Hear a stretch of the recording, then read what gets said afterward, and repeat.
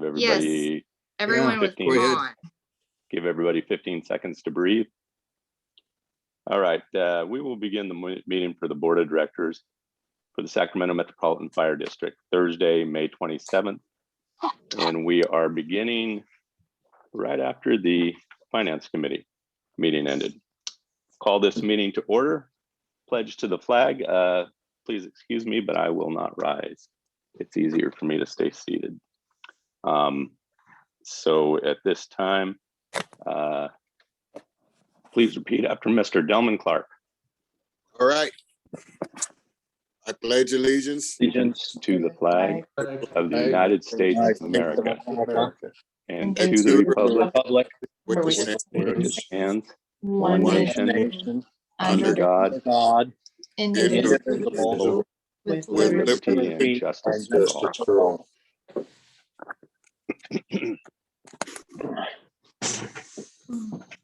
All right, the Metro Cable announcement is as follows. The open session meeting is videotaped for cablecast on Metro Cable 14. Replay on Monday, May 31st at 6 p.m. and Wednesday, June 2nd at 9 a.m. on channel 14, webcast at www.sacmetrocable.tv. Public opportunity to discuss matters of public interest within district jurisdiction, including items on or not on the agenda. Are there any speakers, Madam Clerk? We did not have anybody contact us, but Art, can you please unmute everyone so they have the opportunity to speak? Yes, doing so now. Hello, attendees. At this point, you have the ability to unmute yourselves if there's anything you would like to present to the board at this time. Looks like no response. All right, then. Director Kelly, this is John Lawver. Can we have Michelle do a roll call so that we have for the record that a quorum exists? I apologize for that, John. I skipped it somehow. Madam Clerk, will you please call the roll? I believe all the directors are in attendance. Director Gould? Here. Orzali? Here. Wood? Here. Sheets? Here. Jones? Here. White? Here. Clark? here. Sailors? Here. Kelly? Here. Perfect. Thank you for memorializing that. And John, thank you very much for drawing that to my attention. Moving on to the consent agenda. I would entertain a motion to approve, second, and then approve and second the consent agenda. I'll make a motion. I'll second it. I'll second. Director Sailors made the motion, and I believe Director Wood made the second. Madam Clerk, will you please call the roll? Director Gould? Aye. Orzali? Aye. Wood? Aye. Sheets? Aye. Jones? Aye. White? Aye. Clark? Aye. Sailors? Aye. Kelly? Aye. Motion passes. I would make one note. If anybody in the public wondered, because we had pretty much the same vote just at our last meeting, that was for the 2019 retirees, and this is tonight's item was for the 2020 retirees. All right, moving on to presentation items. We have a peer recognition commendation. Chief Harms, this is you. Thank you, President Kelly. Tonight we have two recognitions and accommodations that we would like to present before the board to the members that are there. The first one is for Aaron Todd. And Aaron, is Aaron, there he is. I just saw him pop up. Aaron, thank you. Oh, who's that behind you there, Aaron? We have some people that are there. Your cheerleaders there that are there. I do. But Aaron, behalf of the executive staff and the board, we want to take this moment to thank you for the role that you played following Kyle's death. You were asked to be the family liaison during that time. It has to be one of the toughest jobs that there is. I know that we probably should give this to you and to your family, because really we asked you to do it. You didn't hesitate at all. You jumped right in, and for I think 3 weeks straight, you really were the glue that pulled everything together between the fire and the district and the honor guard and everybody. And I'll tell you, I couldn't be more proud of the job that you did there. And knowing and watching you, your personality, your ability to interact with people was just tremendous. And you can see we have a plaque right here for you. But it's a small token, but I just want you to know from all of us how much we appreciated what you did and what you were able to do for Kyle and his family. So thank you very much for doing that. Thank you. Yes, I do definitely want to give the credit to my wife and my family that's here right now at celebration. She planned a little surprise after I told her that I was getting an award. So that's my cheerleaders in the background. So thank you to the district for allowing me to represent you in that capacity, and thanks for my family for their support. Outstanding job. Outstanding job. And moving on next is Steve. Steve, from the very beginning, being the honor guard, they call you the honor guard chief or captain? I'm sorry, I should have known that beforehand. Coordinator's just fine. Okay. We contacted yourself and local 522. A lot of you don't know, Steve is a captain with the city, and so we have a long relationship. Tyler and him began their service together, and Steve, you have just been an outstanding member all the way along. I think that what Steve and his team from the Honor Guard from Local 522 was able to do was really give us focus and give us the ability to lay out the best plan possible for being able to move forward, and doing it in a way that while there was a lot of emotions, being allowed people to give input, but then also being able to give us the procedures, the guidelines, being able to stand within those guidelines and being able to move forward. I know in the very beginning of this, one of the requests from Kyle's family was that they wanted the service at their church. There were some challenges for being able to do it, but right away you said, this is about the family. We will do whatever it is we need to do to be able to honor Kyle and honor his family's wishes. You guys did just a tremendous job in the logistical side of putting it together, making sure that we were in line, making sure that as we move forward, it was 100% appropriate.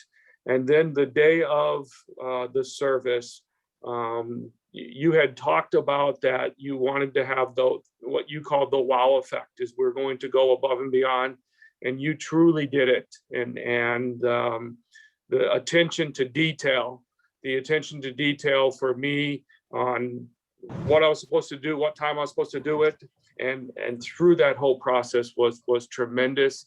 I know you're going to say that it was a team that put it together, but Steve, this is for you and your team, but it is also for your leadership.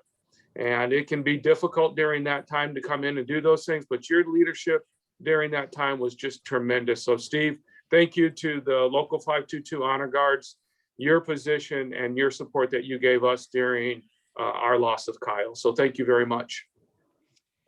You're very welcome. Thank you for that plaque. We will make sure to have it presented to all the members. Like you said, yes, I will say that there was a team behind my work. I would like to address the directors just for some of them that weren't able to attend, some of them that might not know exactly what the Honor Guard does. We obviously honor fallen firefighters. It's the highest honor that we get to have. And the accolade that we receive from that is when the family leaves and they feel fulfilled. We like to say that we temper the grief with awe. I feel that we when I say we, I mean Metro Fire, I mean all the other agencies that assisted us in the Honor Guard. We had I think there was about a dozen different organizations that volunteered with their Honor Guard members to assist with the Rutherford service. And I think that we did temper their grief with awe. We did feel very good about leaving that service and seeing the family leave. So thank you very much. Thank you for the support. Thank you for allowing the 522 Honor Guard to step into that role, work so closely with Metro Fire. And like I said in the meeting at the end at our after action, I do feel like an honorary Metro firefighter. So thank you for allowing us to work so closely with you. And as always, it's been a pleasure. And Steve, I think I goofed up. I said, wow, but to quote you correctly, it was the awe. So thank you very much for that. And I've been told that I held up the wrong plaques at each time. So I was mostly checking to see if you guys are paying attention. I'm sure that was what I was doing. But Steve, thank you very much. Aaron, Todd, thank you for that.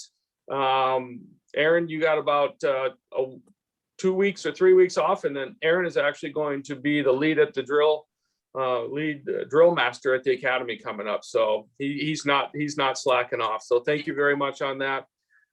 Directors, just so you know, I'm going to say thanks to Tyler. Tyler coordinated putting this all together. This Tuesday, he stuck us all in a vehicle. We made a trip over to Roseville and did a presentation with Roseville Fire. We went up to the church. We went to the coroner's office. We went to the funeral home. And then we went to the fire station right across from the church also, and made kind of a day around and made sure that we met with folks and told them how much we appreciated them and what they did to open up really to us and support us during this time. So again, I get to talk about it, but Tyler was really the one that, thank you, Tyler, for putting this together and following through on each one of these. The rest of us were the ride-alongs in that portion of it. So President Kelly, that ends my presentation. Unless there's any comments or questions from all of you. I'm gonna listen on the way. I see some hands Right at up. home. I see some hands up. Yeah, for sure. Director Sailors, you have your hand up. We'll regroup with Sarah once we get, Feedback? You have your hand up. Yes, I just we'll regroup with Sarah shout once we get a big thank everything you finalized. to We'll everyone. probably do another meeting back here with Chief. I think Ken Campo. Yeah, there we go. Okay, I just wanted to give a big thank you to everyone that was involved in that whole service. Everyone did a wonderful job. And when I saw Steve there that day, I knew that the Honor Guard was there, and that filled my heart because I've seen Steve manage so many services in the past. And I just knew that we were in wonderful hands, and I knew that everyone there was doing their best. And it was one of the best I've ever seen. And that was kudos to everyone involved. Thank you very much. I saw others that had their hand up. I thought, if you have your hand up, say something, please. Okay. Matt, Yes, Director Arzali, please. I just wanted to chime in that was an absolutely magnificent tribute to that young man. And I so appreciate what Metro did to honor him and to give some sense of peace and contribution to his family. Thank you. Any other directors? Director White. Director White, please. I also just, on behalf of the whole department district, thank Steve Mayer and the 522 Honor Guard for really, their contribution and their, honor of Kyle at that time. And, it just really means a lot to us. I've known Steve a long time, and we refer to him as the sheepdog of the fire service because he can corral any group of individuals and get them moving in the right direction. And, he definitely did that on that day. And I just want to say thank you. Thank you, Director White. Director Jones. Thank you, President Kelly. The personal thanks I'd like to give to Aaron and Tyler and Steve. The participation is everything. And over the years, the honor guard has always been impressive. So yeah, as Director Saylor said, no doubt in my mind that if 522 Honor Guard was there, things were going to go well and appropriately well. So thank you, all three of you and all your teams well, it's a success in that folks all felt a part of it. And from what you tell me, the family is continuing. So thank you all very, very much. And Chief Arms, thanks for pushing everybody up on this. I appreciate it. Any other directors? I would like to offer my appreciation. It goes beyond words.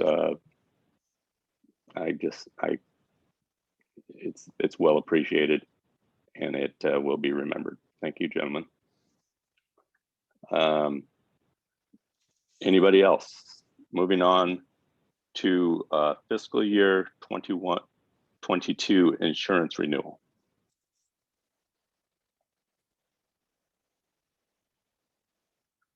This would be Mr.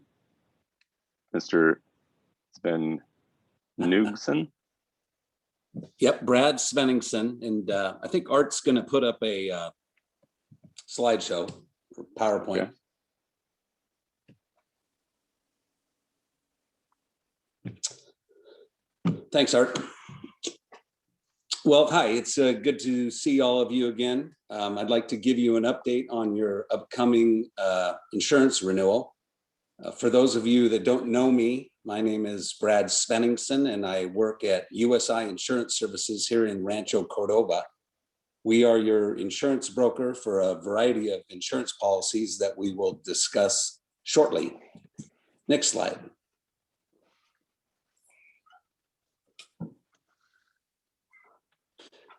Just some quick USI facts. USI Insurance is a national broker with offices in over 200 cities nationwide. We have over $2 billion in revenue, with our Rancho Cordova office being one of the largest offices, along with Seattle and Minneapolis. Next slide. Your biggest policy is obviously the one that's with SDRMA. Covers your building and contents, which are valued at $138 million. Your district vehicles valued at $56 million. $10 million per occurrence for general liability, including employment practices liability and public officials E&O, which is errors and omissions, and $10 million per occurrence for auto liability and $2 million for cyber liability. Next slide.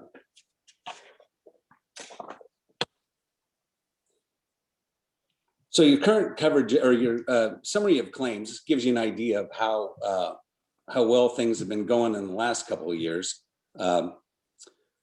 Metro Fire has drastically improved its loss activity with SDRMA. As you can see, you had a 73%, 156%, and 240% loss ratio in the 16 to 17, 17 to 18, and 18 to 19 policy years, and only a 33% and 3% loss ratio for the past couple of years. It's fantastic. Next slide. 1 second, Brad. Let me restart this. I think I can get a better quality. One moment. Okay.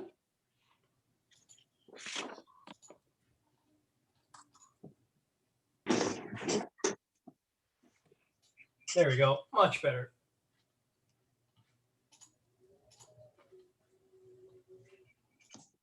So as you can see, here's the premium summary. Although Metro Fire has improved its loss activity in the past couple of years, the results of the insurance industry have not. Last year, I would estimate that your rate increase was due to 80% metro fire claims and 20% market conditions. This year, I would flip those around to 80% market conditions and 20% metro fire claims. The big impact on the premium summary page is obviously the SDRMA portion. SDRMA indicated that we would have your final pricing on May 19th, but as of today, all I have is their indication. SDRMA can't release their final numbers until they get their final numbers from their reinsurers. As far as the other lines of coverage, the excess workers' comp is going up $76,000 for the year. $45,000 of that increase is from a rate increase, while the remaining $31,000 is due to higher metro fire payrolls. The aviation line is going up $7,500. We were very happy with this pricing. I know we should never be happy with a price increase, but we were really expecting a higher increase based on national aviation losses. Next line is the USI fee, which remains the same. As far as fiduciary, I should have those quotes in next week. Your storage tank, it's pollution for gas and diesel tanks at the station. This policy is up $1,000 due to the age of the tanks.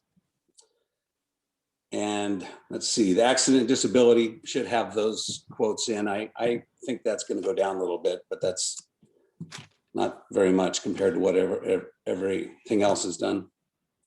Next slide. So some of the factors affecting these insurance increases. So the reinsurance market, that's where insurance companies get their insurance. We used to have 17 reinsurers that wanted to do business in California. Now we have 10. So there's a scramble to get access to those markets, and they're just increasing the pricing to crazy levels because they're taking some losses themselves.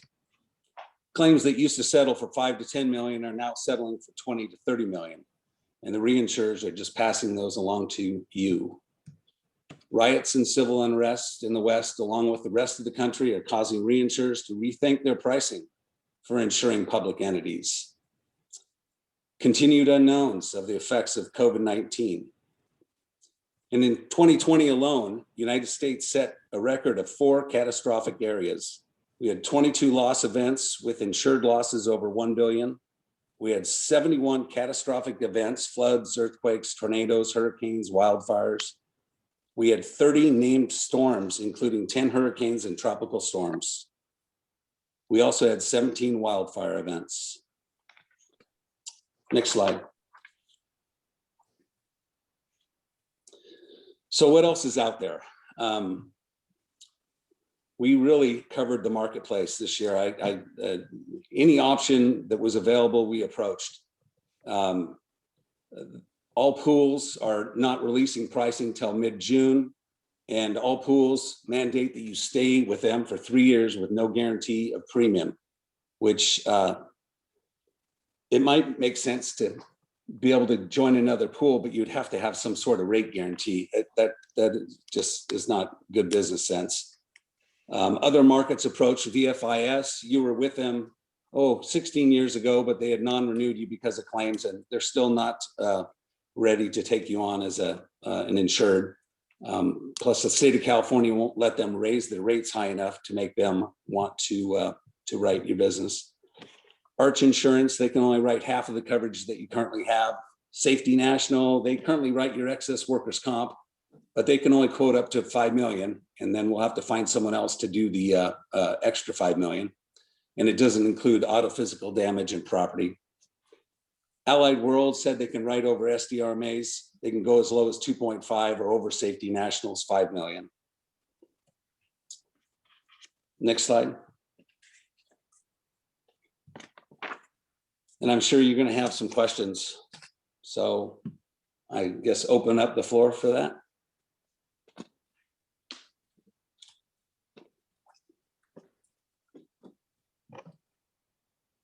Any directors have questions of the gentleman? Mr. Chairman, I have one. What, if I may, through the chair? Go ahead. What is our cyber liability? I'm kind of curious about that. What does it entail? I mean, Yeah, you have a $2 million limit, and that, just probably the most common of that is someone hacks into your system and they can leave it hostage. They say, hey, we're not going to let you use your system until you give us, some money. that's the ransom thing. Yeah. Yeah. And that is going crazy right now. That's because it's in the news like every month that companies are getting hacked, like that pipeline that got hacked. I mean, that never happened. And I have a friend that's a neighbor, and I asked him, I said, well, what was that because of they were super, super good hackers? Or was it more they just didn't do a very good job in securing? And he said they just didn't do a very good job securing their, that was his take anyway. So, yeah. Thank you. Yeah. Anyone else? Yes, please, President Kelly. Please, Dr. Jones. Okay, thank you. Brad, when you were going through that list of, it was a verbal list of some of the losses that occurred, and you mentioned fires, storms, flooding, etc. And yet in the written reasons why, there was not a reference to potential climate change impacts. Now, where are the insurance companies in evaluating climate change risk? Yeah, that's an excellent point. I mean, it's the whole West Coast now. Anything that is out here, well, not even here, Colorado, Idaho, it's a huge concern. And I guess, that's impacting their decision whether or not they want to write anyone that's exposed to that, or B, what the pricing would be. Well, I find it all over. I mean, it's a global issue. Earlier hurricanes, cyclones, India's getting jammed. Texas, Louisiana got jammed just within the last week. So I don't expect, you to have the golden, the whatever it is, the silver bullet to solve all this stuff. But I was just curious because it seems like there needs to be some sort of acknowledgement of that. Well, anyway. Right. It seems like insurance companies, their role is just simply to price the marketplace, and they don't get involved with that aspect of it. But I will do a little research on that, and be happy to report back if if they are getting proactive on that, or what they're doing because they're obviously paying out a lot of money in that effect. So I could find out. Well, that the 2 million increase, to put it in black and white on to civil unrest is not quite on the par with what our reality is. Okay, my commentary is over. Yeah. Thank you, Brad. Thank you. I had that same concern. If I could ask a question, is there anybody else? No, sir, you showed one of your first slides that detailed the increases in the different policies we hold. Yeah. The one at the top was roughly 1.7 to 3 plus, I think. Yep. Anyhow, and then a subsequent slide that you showed, you indicated one possible insurance company declined to participate because the state of California Department of Insurance limited how much they could increase their fees. And so I guess they don't limit the guy in the other slide, huh? Well, yeah. So pools are a little bit different than standard insurance companies. They're much more regulated. Standard insurance companies are trying to make a profit, where the pools are just trying to break even. If so that's the difference, it's easy for me to understand. I appreciate it. Thank you. Anybody President else? Kelly, I think Director White has his hand up. Oh, didn't notice. Director White, please go ahead. No problem.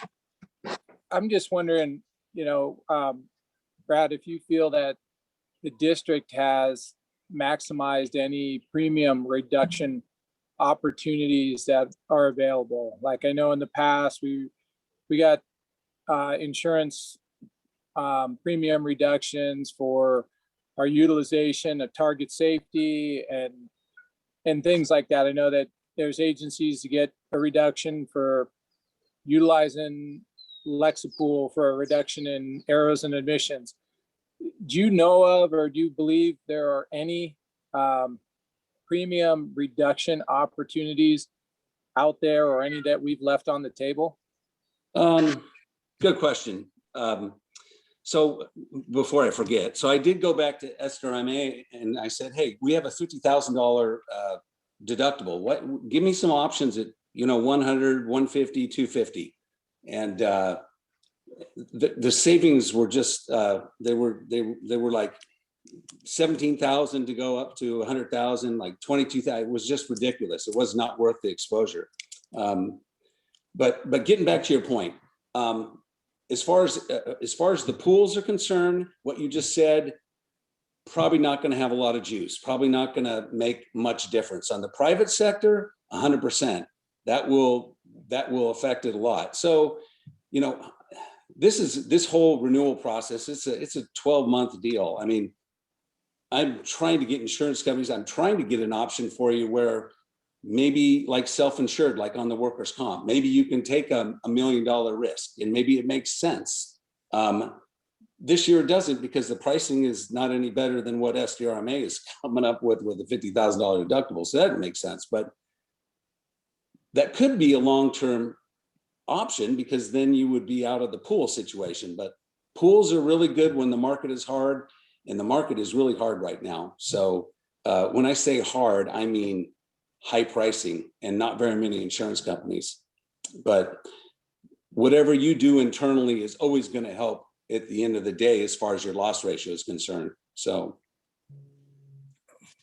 I know that when you said that, it was a couple of years ago that we upped our deductible, and I think we went from somewhere from like a $10,000 or $15,000 deductible to a $50,000 deductible, and that had a huge impact at that time for being able to have that reduction. Now we still have some of those things that we do in-house, and there was a little bit of additional cost for some of the vehicle repairs, but like you said, it was so small.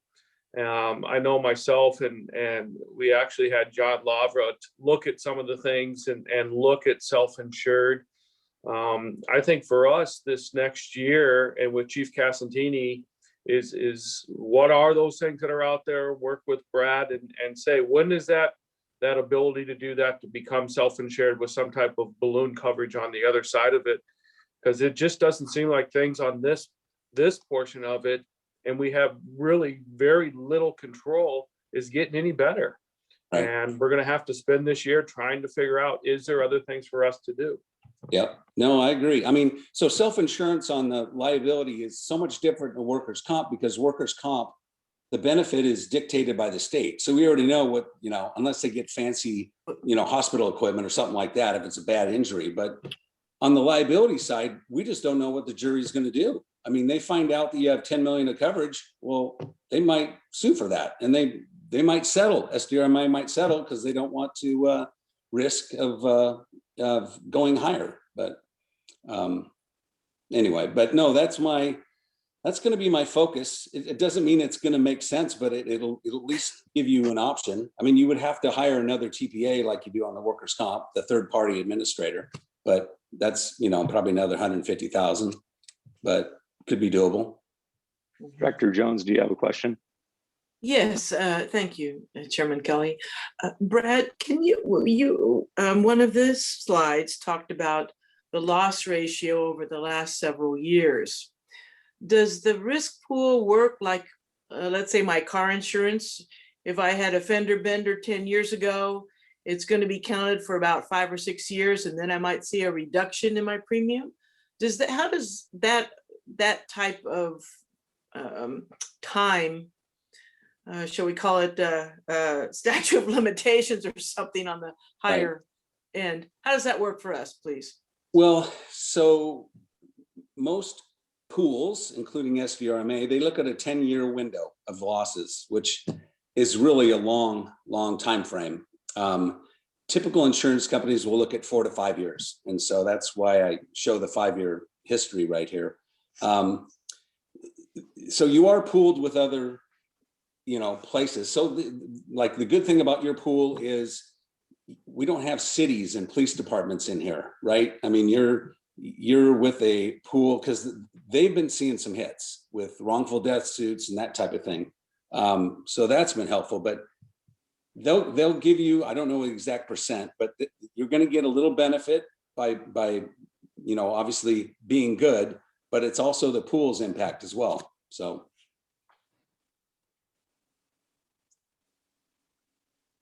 Okay, thank you. So about 10 years maybe, but we have to look at the whole pool, not just us. Yep, correct.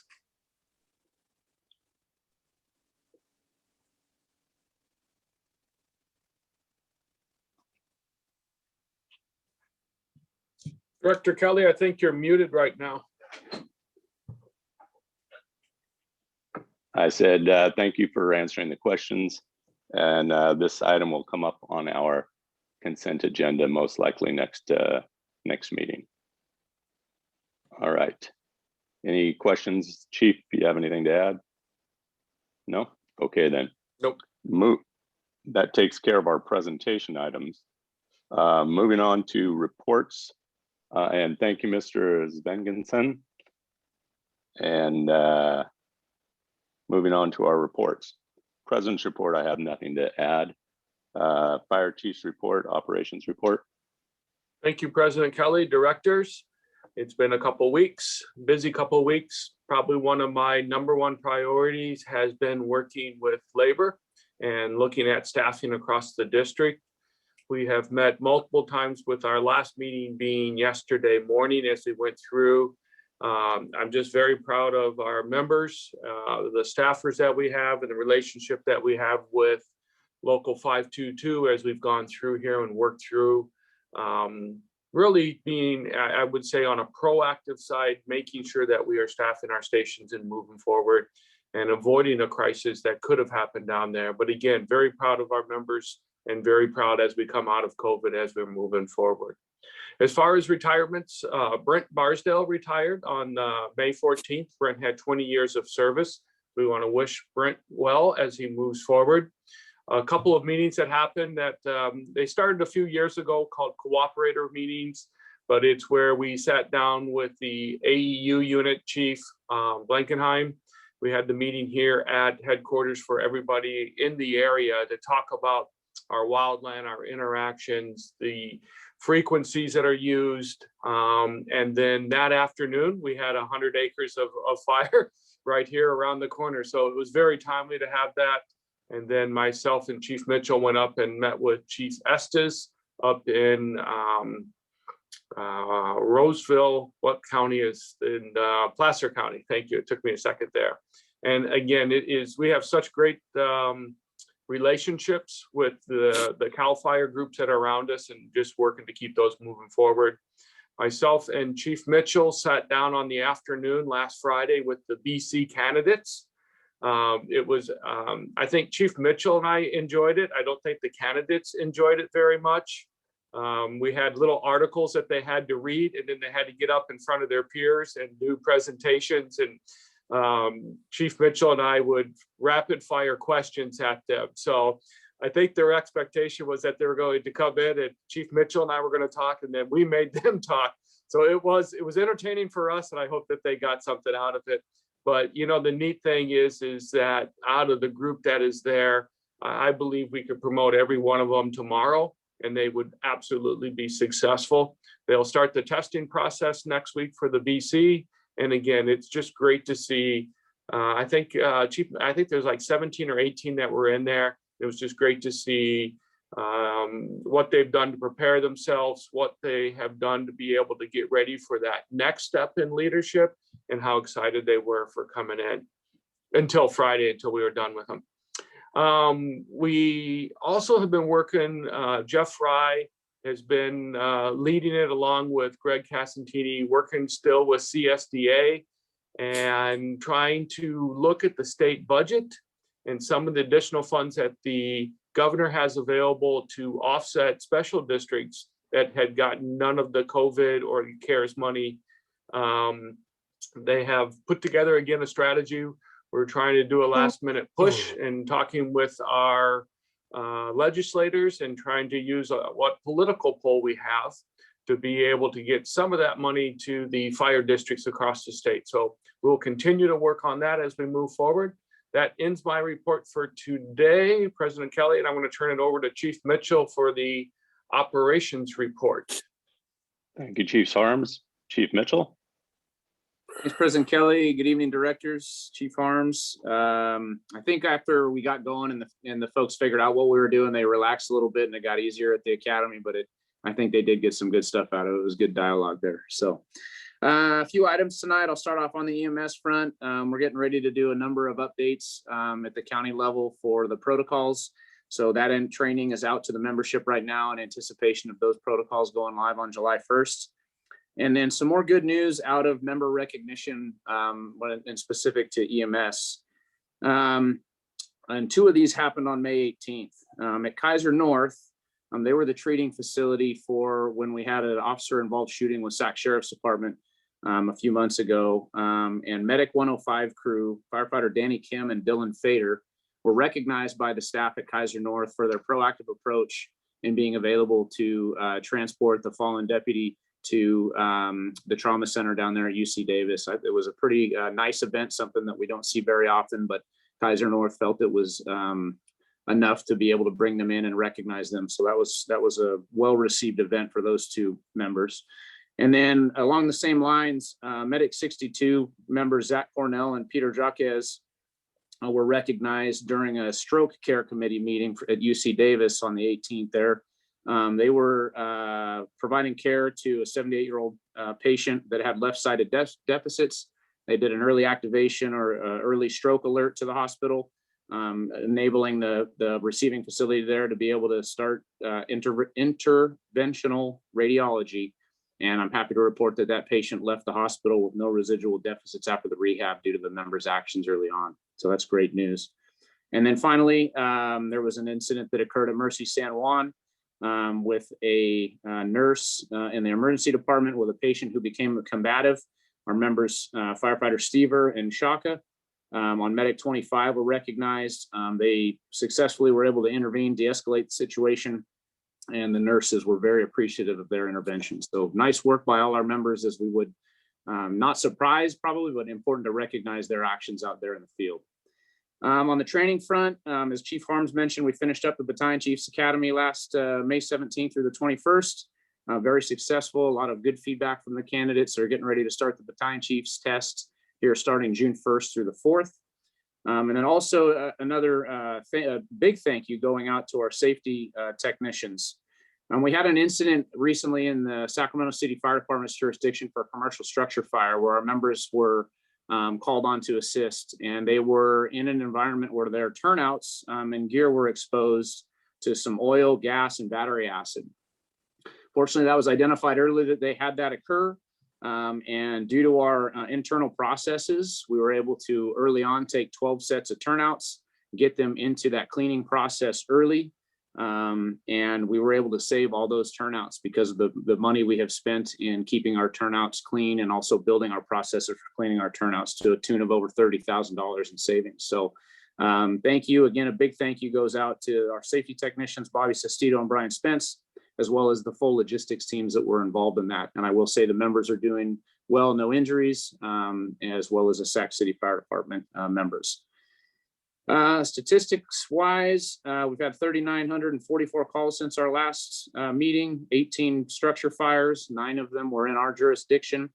And no surprise with the two busiest units, Engine 53 with just under 16 calls per day on average, and Medic 53 with just over 13 calls per day on average. And then finally, on the staffing front, as Chief Harms mentioned, the joint labor management through the agreement between the two sides, our new staffing procedures were implemented yesterday morning at 8 a.m. And that's going to help us ensuring consistency for how we staff our apparatus and keep that service delivery as our #1 priority, as we've all come to know. And we're going to watch the impacts of that new process and procedure continue to reevaluate it regularly and then identify the adjustments as needed as we go through that process. The new procedures will be in place through the first of next year. I think that's it for my report. I'd be happy to take any questions and turn it back over to you, President Kelly. Thank you, Chief Mitchell. Are there any questions of the chief's report? Seeing none. Moving on. The general counsel's report. Thank you, President Kelly. Yeah, I wanted to discuss with the board and bring to the board's attention where we stand vis-a-vis, where the district stands vis-a-vis state and local laws regarding continuing to hold board meetings by way of teleconference or the Zoom way that we're now doing the meetings. We're able now to do the meetings the way we're doing them because on March 4th of 2020, the governor's office issued an executive order which suspended and waived certain provisions of the Brown Act, specifically those provisions that deal with teleconferencing for meetings. It was previously allowed to have teleconference meetings under the Brown Act, but it was pretty cumbersome in terms of some of the procedural requirements that had to be in place in order to hold a teleconference meeting. That executive order is still in effect, and that's why we're continuing and still able to do the meetings like we're doing them tonight. The language of that executive order states that it stays in effect and applies only during periods when either the state of California or a local public health official imposes or recommends social distancing. So that's kind of an overview of that executive order that allows these teleconference meetings. The information we have, and you probably have read about it or heard about it through the media, is that on June 15th, the governor's office is going to lift the color-coded tier requirements, which those requirements basically talk about capacity limitations or restrictions and physical distancing or social distancing restrictions, certain primarily businesses, but also office buildings. So as of June 15th, if that still goes forward, and we don't know until it happens or as we get closer, when June 15th rolls around and the color system is lifted, then the board will be required to go back to conducting its public meetings under the original provisions of the Brown Act, unless one of three things happens. Number one, either the county local public health official, the public health officer, issues an order that indicates that social distancing or physical distancing should be still in place, which would have the effect of continuing that executive order. Or number two, the state and the governor's office could always extend that order and remove those limitations so that it would extend until the state specifically rescinds that provision. Or three, there's currently 3 assembly bills that are passing through the legislature. My sense is one or more will probably pass. One of the bills seeks to make the governor's executive order allowing teleconferencing of meetings to be it would effectively amends the Brown Act to allow teleconferencing of meetings in all cases, since everyone's become more accustomed to Zoom, and it seems to be relatively safe, and it's certainly convenient. So the bill seeks to amend the Brown Act to allow the teleconferencing in the discretion of the local agency. There's also another assembly bill that just talks about public participation through Zoom. And that has to deal with so many meetings happening during the day where people are at work and things like that. So they could monitor the meetings in live time and make public comment through Zoom. So that's where we sit right now. I don't have an indication yet. We're monitoring the situation vis-a-vis Sacramento County. The informal information I have from the county counsel's office at this point is that after June 15, the Sacramento County Board of Supervisors intend on going back to live session under the original Brown Act rules. But we don't know that for sure, and we don't know if the public health officer is going to make any change. And so we really don't know. When we come to the meeting in June 10th, I'll probably, we'll have a better idea on where all of this stands. But I wanted to give a heads up at this point anyways, that we're fast approaching at some point, whether it's June 15th or some other date, depending upon these other factors, a time when we would be going back to the regular public meetings with the option to teleconference under the current provisions of the Brown Act. And like I said, you can still do it. It's pretty cumbersome. I think in my time as a general counsel, I think we've done it once or twice. But it basically involves posting notices of the meeting, posting notices of the director's location, having accessibility to the director's location, having the public right to appear at the director's offsite locations, and a certain a number of directors within the jurisdictional boundaries of Metro Fire. So it can still be done if that's something the board wants to do, but like I said, it's a little bit cumbersome, and it's certainly easier to do it the way we're doing. I just can't say for sure right now how that's going to shake out. So that's my report on that issue. I can answer any questions or take any comments that the board has. Thank you for your report, Council Labra. Any questions of directors? Seeing none. Thank you again. Moving on to. And then I should just say I'll continue to keep Chief Harms and Michelle Mahoney and other members of the executive staff, and you, Director Kelly, as well in the loop when I have more information, hopefully over the next couple of weeks. Yeah, I guess we just won't get excited until we know. All right then. Metro Fire's Firefighters Local 522 report. Mr. McGoldrick, are you with us? I am. Good evening, President Kelly and Board of Directors. I just have a few things tonight. First of all, Local 522 is in the planning stages for another Fire Ops 101. It's scheduled in October. For those of you that haven't been involved in that before, that's when we invite elected officials out to a training facility and put them through some evolutions and skills so they can get a taste of what firefighting is all about. You'll be getting a save the date notice if you haven't gotten it already. In addition, the Burn Institute is hosting its first golfing fundraiser on the 7th. It is unfortunately sold out, but there are still raffle tickets available on their website. You can go to the Firefighters Burn Institute website and find those on the face page. And then as far as the staffing issue goes, I'd be remiss if I didn't acknowledge the men and women of Metro Fire who have stepped up since the beginning of COVID. It's been a long 15 months. We're still struggling with some staffing shortages. We're doing what we can to staff the stations. It's important to the community. It is our priority. And truly, it's important to ourselves, having adequate staffing on the fire lines. So I thank you, Board of Directors, for your support. And I want to reassure the membership that we'll be monitoring this regularly so we can adapt the system as necessary in order to keep things going. Thank you very much. Thank you, Captain McGoldrick. Moving on to committee and delegate reports. Executive Committee, there's nothing to report. Communications Center JPA, Deputy Chief Wagaman. Good morning, President Kelly and directors. The Communications Center JPA board has not met since your last meeting.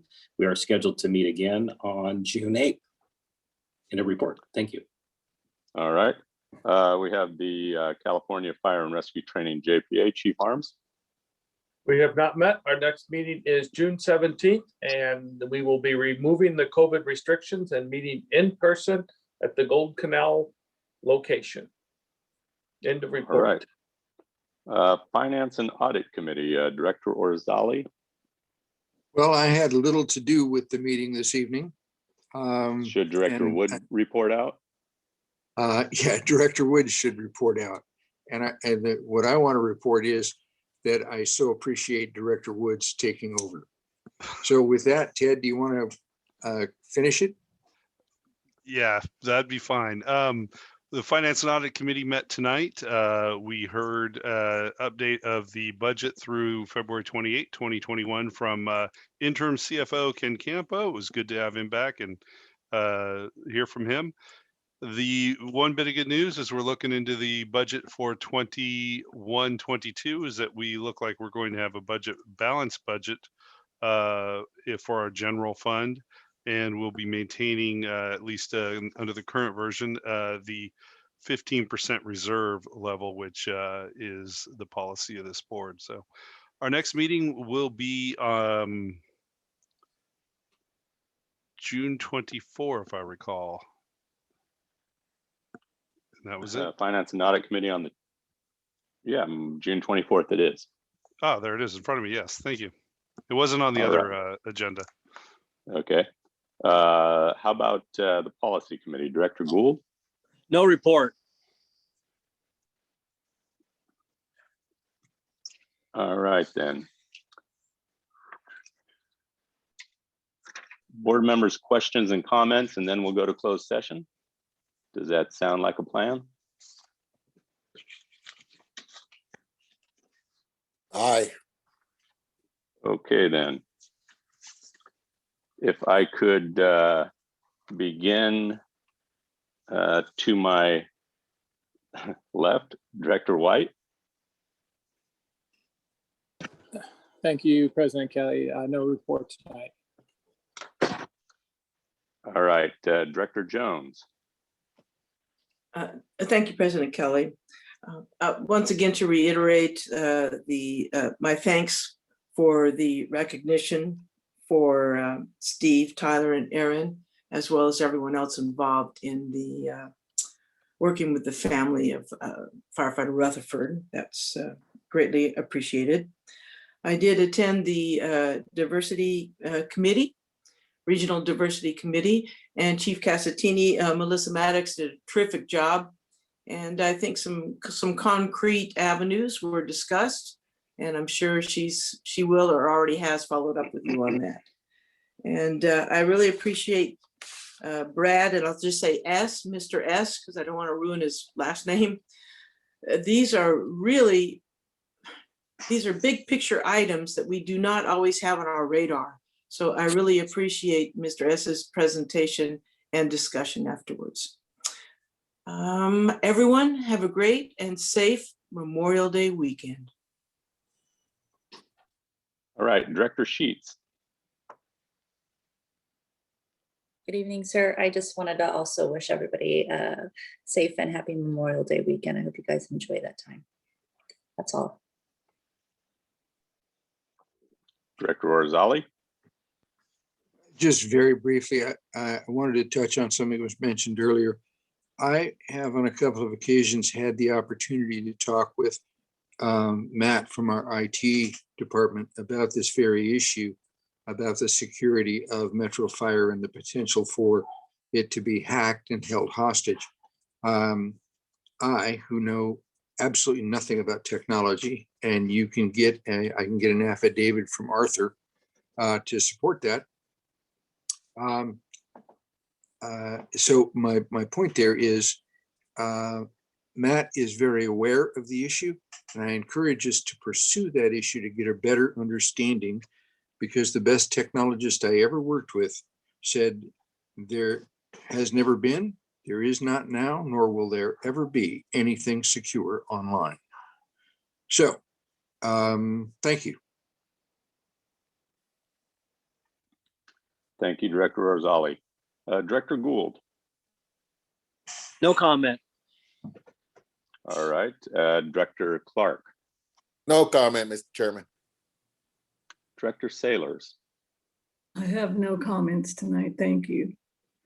All right, I would reiterate the fact that the fact that our organization has men and women that would honor a fallen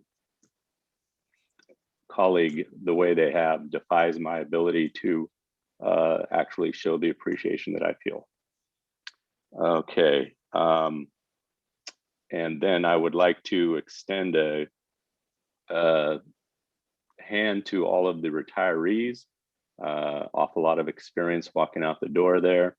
And I hope that they all have successful careers, relaxing and enjoying life.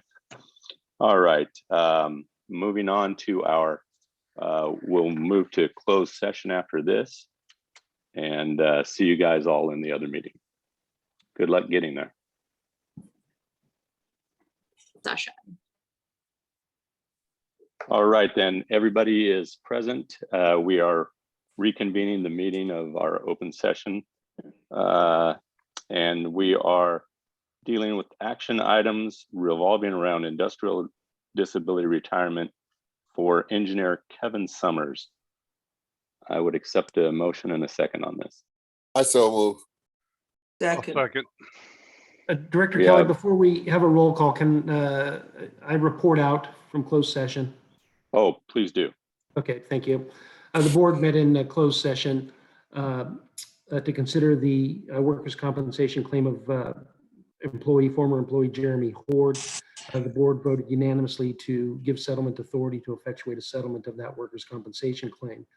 The board also met in closed session with respect to the industrial disability retirement claims involving engineer Kevin Summers and firefighter Craig Sweeney. No reportable action was taken, and it will be voted upon now in open session. Thank you. Sorry that I jumped ahead of you there, Chief Counsel. We have a motion and a second. The motion was by Director Clark. The second was by Director Wood. Board Clerk, will you please call the roll? Director Gould, Aye. Orzali, Aye. Wood, Aye. Sheets, Aye. Jones, Aye. White, Aye. Clark, Aye. Sailors, Aye. Kelly. Aye. Motion passes. Okay, action item number 2, it is the industrial disability retirement for firefighter Craig Sweeney. Again, your pleasure. I'll move Mr. Chair, I'll move we adopt staff's recommendation. Second.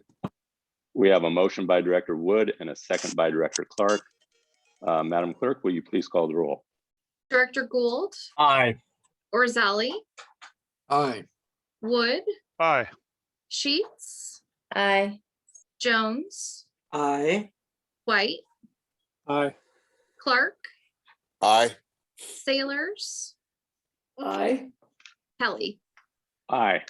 Motion passes. All right then. Our next board meeting will be June 10th, and anticipated agenda items are the fiscal 21-22 preliminary budget. At this time, we will proceed to adjourn. I hope that everybody enjoys a very nice Memorial Day weekend. Thank you. Thank you, Mr. Chairman. You too. Thank you. Bye, Thank you, everybody. Have a everybody. safe Good night. weekend. Good night. Bye. Good night. Stay safe.